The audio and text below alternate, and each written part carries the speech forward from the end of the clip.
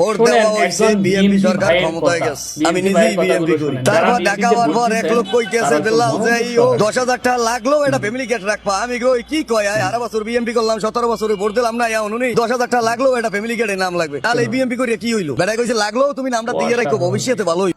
আপনারা কি মনে করছেন যে ওনার কাছে যখন 10,000 টাকা চাইছে যে ফ্যামিলি কার্ড করে দেওয়ার জন্য, সেটা সঠিক? আমি মনে করি 100% সঠিক। তবে এখানে কিছু বেঠিক আছে। এখানে 10,000 টাকা ব্যতীত যদি এখানে 50,000 টাকা দিত তাহলে সঠিক ছিল। যখন ভোট দিচ্ছ না, ভোট দেও, আরো মজা করে ভোট দেও, কোনো উচিত ইয়া করছে।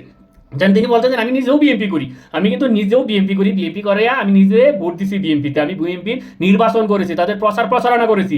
আর সে কিনা আমার কাছ থেকে 10,000 টাকা চান্দা চায়, 10,000 টাকা চাঁদা দিলে আমার ফ্যামিলি কার্ড হবে, 10,000 টাকা লাগলেও তুমি ফ্যামিলি কার্ড করো। কি অবস্থা রে ভাই!